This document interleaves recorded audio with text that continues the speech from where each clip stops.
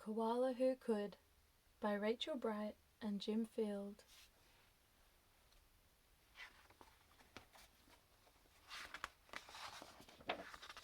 The Koala Who Could.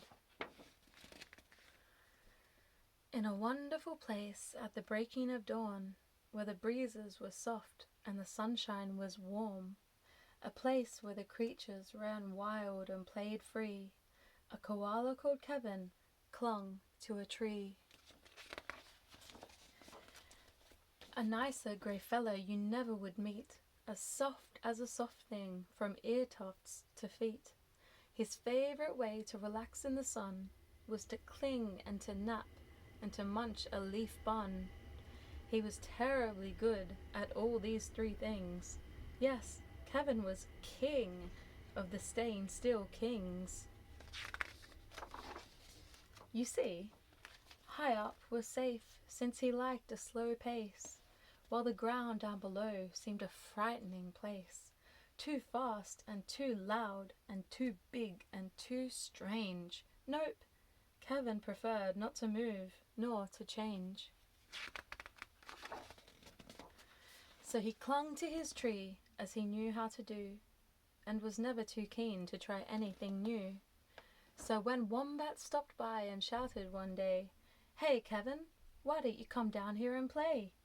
I think," he replied, "I should stay on my plant. I'm busy right now. No, I'm sorry, I can't." "Why not?" cried the Ruse, who liked the idea. "Yes, why?" called the Dingoes. "You've got nothing to fear."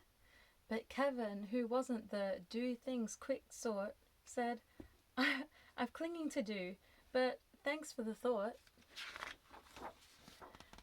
As Kevin sat watching them chatter and share, a part of him wished he could join in down there.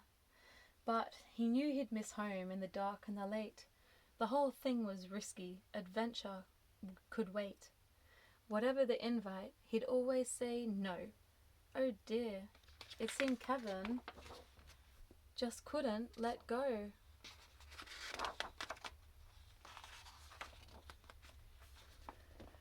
So his life was the same, no matter the day. The weeks came and went, and the months rolled away, and Kevin stayed still while the world moved around, until he awoke to a worrying sound. Tap, tap, the sound went. Well, this was a blow. Tap, tappity tap, tap, tap, tap. Oh no! "Uncling!" the crowd called that had gathered below. "Leap and we'll catch you. Just let yourself go."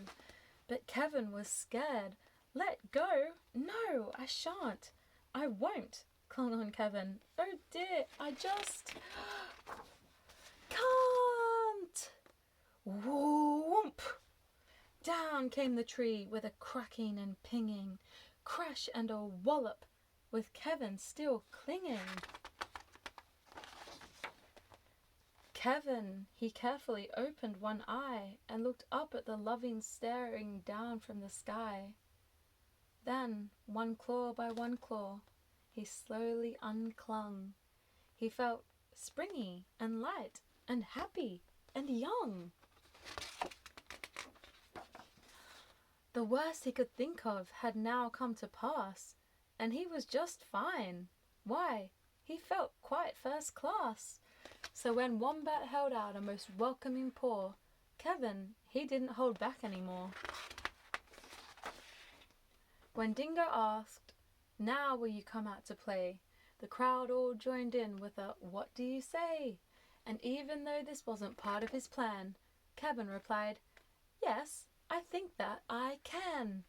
And Kevin from then on was always can do. Because life can be great when you try something new. The end. That was The Koala Who Could by Rachel Bright and Jim Field.